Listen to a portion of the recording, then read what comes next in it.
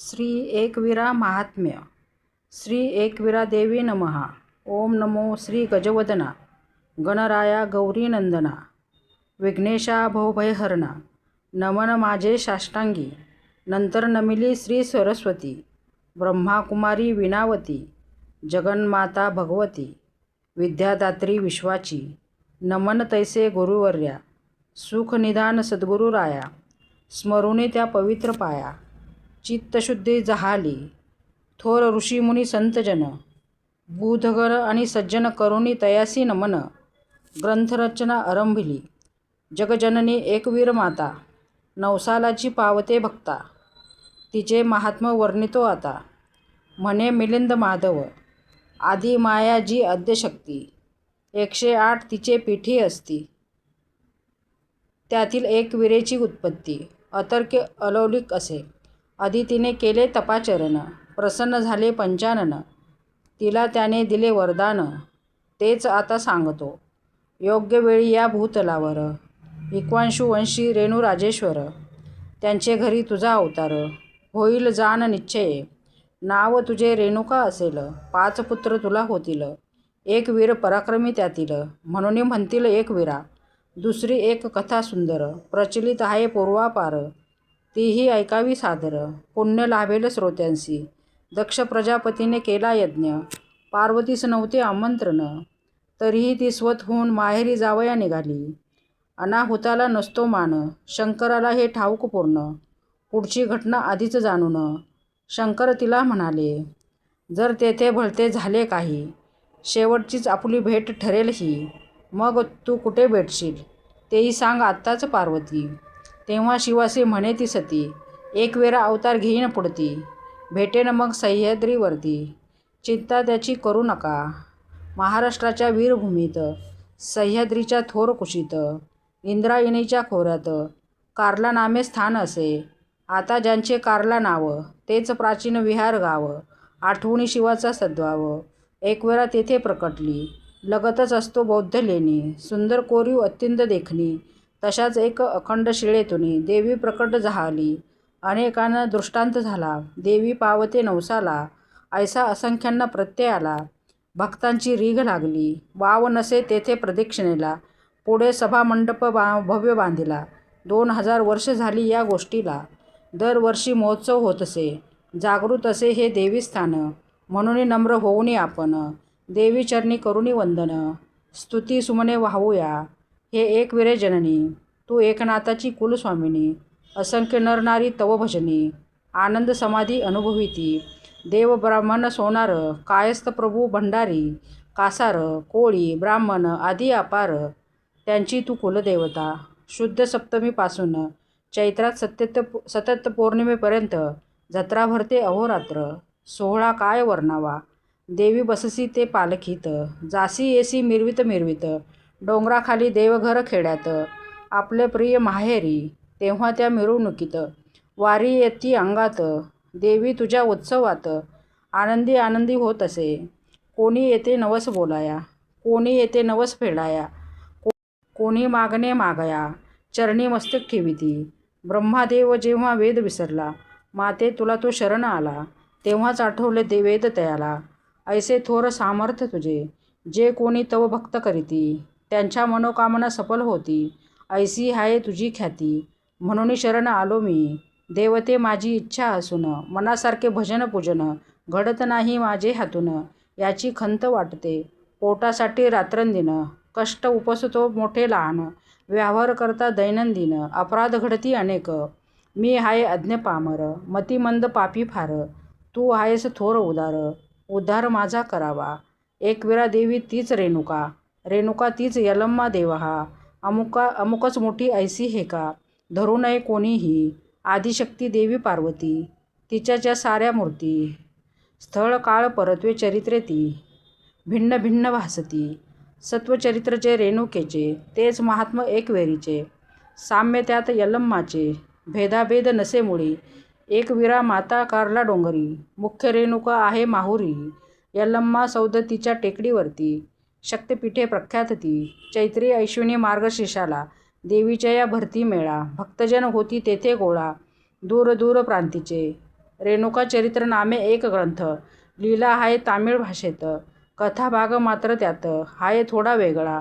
रेणुका देवी दक्षिण भारती, प्रिय देवता द्रविडांची अंती. तिला अक्का ऐवेचार म्हणती, अपभ्रंश एकवीराचा. रेणुकेची उत्पत्ती वेगळीच आहे महाभारती. कमळापासून झाली ती, म्हणून नाव कमला. सोमपराजा तिचा पिता, रेणुराजा तिचा भ्राता. ऐसे त्या ग्रंथी म्हटले असता, संभ्रमी मनी पडत असे. कलिकापुराण नामे ग्रंथात वेगळा आहे वृत्तांत. म्हणे विदर्भ राजाच्या कुळात रेणुका देवी जन्मली. रेणुका चरित्राला नाही पार, ते एक मोठे कोडेच खरोखर. कथा कहाण्या अपार, अनेक इतिहास सांगती. मते मतांतरे पाहू नये, वादविवादात शिरू नये. तशाने आशंका मनात येई, खरे खोटे कोणते. कथा असोत असंख्य, स्वरूपे असोत अनेक. शक्तितत्व एकच एक, तेच आपण वंदावे. सर्व परिचित आहे जी कथा, तीच आपण ऐकावी आता. भक्तिभावे श्रवण करिता, पुण्यलाभ होत असे.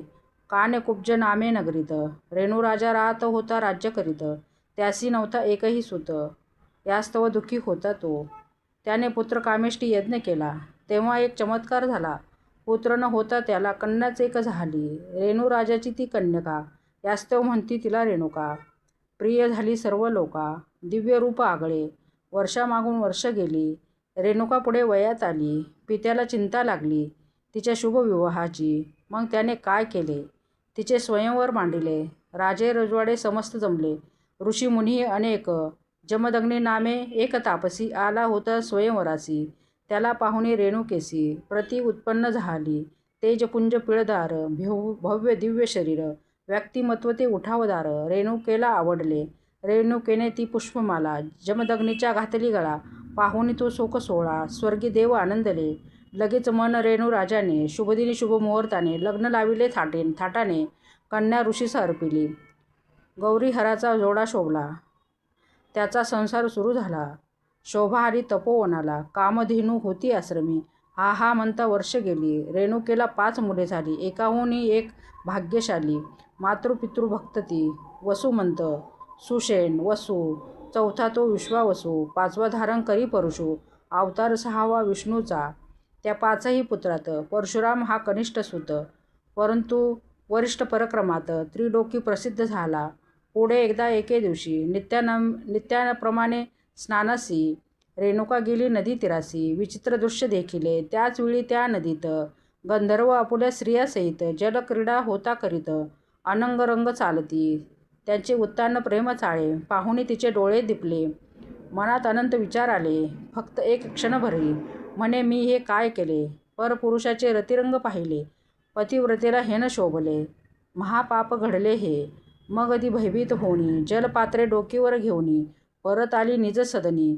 झपझप अपराधी मनाने, तेव्हा अंतर्ज्ञानी जमदग्नी समजले सर्व प्रकार मनी. पत्नीसी पाहताच क्षणी क्रोधायमान झाले. म्हणाले, मी तापसी ऋषी, सदा सर्व काळ वनवासी. आधीच कोणा विषय लंपटासी, वरावायचे होते तू. गंधर्व स्त्रियांची वस्त्रेभूषणे पाहिली, तोच तुला भूल पडली. क्षणात तुझी मती चळली, हवेसे ते सुख वाटले. तलम वस्त्रे रत्नाभरणे, नरम गादी गिरद्यावरी लोळणे, ही थोरा मोठ्यांची लक्षणे. मी आहे एक भिकारी, वैभव तुला जे हवे वाटते. नाही मिळणार ते कधी येते, जा खुशाल वाटेल तेथे. राजविलास भोगया, अससी तू क्षुद्र पापिणे. तुझे तोंड पाहता क्षणी, अनंत पातकाचा धनी होईल तो पाहणारा. आत्ताचे आता तू जा इथून, चालती हो या आश्रमातून. पुन्हा न दावी तुझे वदन, चल जा हो चालती. तेव्हा धुरणी पतीच्या पाया, म्हणे सती मी तुमची जाया. पतिदेव आपण आहात सध्या, अपराध पोटी घालावा. नकळत घडली आहे चूक, शिक्षा करा मला अनेक. त्याचा न वाटे मला धाक, परी लुटू नका दुरी. जमदग्नी प्रत्यक्ष रुद्रावतार, त्यांचा क्रोध झाला अनिवार. न द्रवता त्यांचे अंतर, क्रोधाग्नी थोर भडकला. ज्येष्ठ सुताला बोलवले, रेणुकेचे कृत्य वर्णिले आणि अखेर म्हणाले, शिरछेद करीचा. पुत्र म्हणे, मातृहत्या करणे म्हणजे घोर पातकाचा धनी होणे, सहस्र वर्ष नरकात पडणे, मुक्ती नाही तयाला. ऐसे असता शास्त्रवचन, हे दुष्कृत महादारुण होणार नाही माझ्याकडून, क्षमा तात करावी. पित्याने त्याला शाप दिला, तो क्षणात भस्म झाला. इतरांचाही तोच प्रकार झाला. उरला परशुराम तो. पित्याने तेच सांगितले तयाला. परशुरामाला पेच पडला, काय करावे कळेना त्याला. इकडे आड तिकडे विहीर. पितृ आज्ञा प्रमाण मानुनी मातेचे शिर टाकिले छाटुनी. तेव्हा शांत झाले जमदग्नी. म्हणाले, धन्य सुपुत्र तू, तुझवरी झालो मी प्रसन्न. काय हवे ते घे मागून. पित्याचे उद्गार ऐकून परशुराम क्षणी बोलला, जिवंत करा ती माझी आई, सजीव होऊ दे माझी आई, दुसरे मजला नको काही, दान द्यावे एवढे. तथास्तु म्हणता जमदग्नीने पाचही व्यक्ती बसल्या उठुनी. अघटित घटना आली घडुनी. आनंदी आनंद झाला. पुढे मग सहस्रार्जुनाने कामधेनूच्या लोभाने जमदग्नीला मारिता त्याने परशुरामाने सूड घेतला. कथाभाग या पुढचा सर्वाचा आहे परिचयाचा. विस्तार टाळावया ग्रंथाचा, संक्षेप येथेच घेत असे. रेणुका एकविरा देवी, सदैव मजवरी कृपा असावी. आम्हा सर्वांना सुखी ठेवी. आयुरारोग्य लाभावे. चिंता दारिद्र्य आणि क्लेश याचा करावा नाश. शत्रू पीडा आणि बहिर्वास दूर करी हे देवता. घरी दारी देशी परदेशी जाईन मी ज्या ज्या स्थळासी. तू असावीस माझ्या पाठीशी. रक्षण माझे करावे.